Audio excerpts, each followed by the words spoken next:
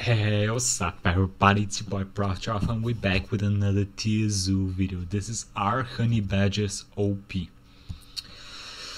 I'll be honest, I don't know shit about Honey Badgers besides that one video where Honey Badger does not give a fuck, so it's brave as fuck. That's the only thing I know about Honey Badgers. I have no idea what they do, what their characteristics are. I know they're kind of small, I don't think they have pack mentality and shit, so are they really that good? Sponsored by Squarespace. Guess we'll see.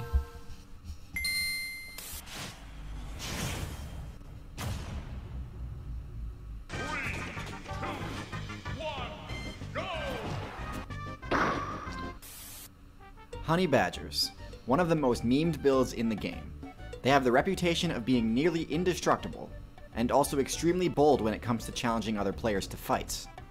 But what is it about the Honey Badger's stats and abilities that make them such an TierZoo, my boy, I saw this fucking little ass thing fuck with a lion. Are you sure the intelligence should not be down fucking here? Or in the minus? unstoppable force? To understand that, first we need to understand the guild that they're part of, Mustelids. Since the start of my channel, Mustelids have been my most requested topic. So as a preemptive thank you for reaching 1 million subscribers, here's the video you've all been waiting for. So, Mustelids are a unique guild of carnivore players that were kind of forced to get creative with their strategies in order to stay relevant. See, the Caniform build, the one a huge chunk of the mammal player base is based on, already had two high-tier builds take hold in the meta, those being the dogs and the bears. These builds were too powerful to compete with directly, and so more janky strategies started to crop up. You had some that took the canoid build and adapted it to a marine playstyle, allowing them to avoid dogs and bears entirely. At least for the most part. And then you have the Mustelids, which opted for a unique combination of defensive abilities and mobility perks that somehow allowed them to compete directly with the dogs and the bears, and in some cases, granted them favorable matchups versus builds that canines struggle against. They've also got particularly dense fur that offers defense from attacks and also negates frost damage. However, they aren't without their weaknesses. Their short limb length means that their mobility caps out lower than other caniforms, which means they don't really have the option to flee from a fight. The base Mustelid build is the Weasel. Their lack of bulk and short legs means that their HP The Weasel. Why the fuck are the Weasel stats so high though? flee from a fight. I thought The that thing base was Mustelid pathetic. build is the Weasel. Their lack of bulk and short legs means that their HP and mobility stats are quite low even for their size. But their slender build does grant them a unique and important advantage. It allows them to follow their prey into their burrows. Rabbits, snakes, and moles are all safe from most larger predators below ground, but weasels are completely unfazed by this defensive tactic. But with that said, they're easily bested by even mid-tier carnivores like foxes and coyotes. They also haven't got much defense against birds of prey. Mustelids are actually the most diverse carnivoran guild in the game, but to be honest, many of them are mid-tier at best. So today we're going to focus on the 3 most viable Mustelids in the current meta, starting with everyone's favorite, the Honey Badger. Don't worry, I'm not here to tell anyone that honey badgers are actually... Okay, just a quick question. Is the skunk in this... is the skunk a Mustelid? Mustelid? Mucustelid? Hey, that was a joke, I'm sorry. honey badger. If Don't it is, worry, I bet I'm not it's here to high tell tier. anyone that honey badgers are actually low-tier trash. They're quite effective in the current meta, owing most of their success to 2 abilities. The first is an AoE morale debuff in the form of their odor gland.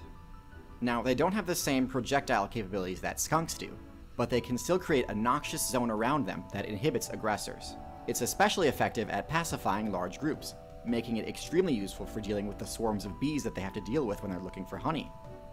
The second ability is their loose skin and thick fur combo that makes dealing any significant damage to a honey badger extremely difficult. Their small eyes and wide necks make landing a critical hit near impossible, meaning that they have no problem challenging builds that normally rely on crits to win, such as big cats. It also helps defend against builds that utilize venom, because getting fangs or stingers through thick fur and hide isn't easy. Overall, I'd place the honey badger in low A tier. Wow. But when it comes Nice. to power, honey badgers are actually not the strongest of all the Mustelids. That honor falls to the wolverine, an animal so fearsome that even though they don't have retractable claws or regenerative powers, this X-Men hero is still named after it. But more importantly, the wolverine is perhaps the most effective intimidation build in the game, because while it can deal enough damage to bring down prey on its own, It's primarily a scavenger that uses its extreme durability and power to scare more conventionally powerful predators away from their own loot. Birds, wolves, and panthers all get their kills stolen by wolverines quite frequently. One wolverine allegedly even bested a polar bear in battle. They also have wide feet that allow them to negate the mobility reduction. Really? Let's be honest. It killed a polar bear. What was the polar bear, like a day old? Come on. Come on, bruh. I mean, it might be cool, you know, fucking Wolverine, but polar bear's like a fucking ton or some shit. No, I do not trust One that. wolverine allegedly even bested a polar bear in battle. They also have wide feet that allow them to negate the mobility reduction caused by deep snow.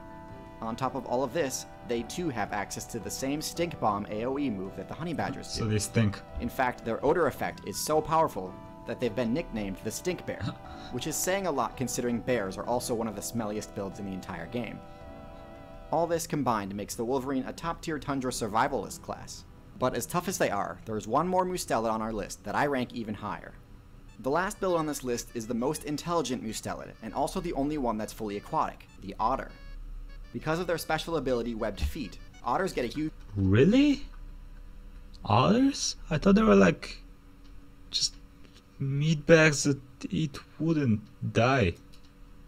fully aquatic, the Guess otter. we're learning a lot today. Because of their special ability, Webbed Feet, otters get a huge mobility bonus in water, turning what would be a relatively average build on land into an apex predator in the water. Most Mustelids are solitary, but some otters, such as the giant otter, form tight clans that enable them to tackle challenges they couldn't alone, such as defeating opponents like anacondas and even caimans. But what really makes this build so impressive is that instead of speccing into the same odor effect that other Mustelids do, they spent their evolution points on higher intelligence. It's one of a very short list of builds with access to the Tool Use perk. Otters can deal with extremely high defense levels by cracking their target's armor using stones, which grants them an exclusive food source other carnivores simply don't have the skills or tools Insane. to access.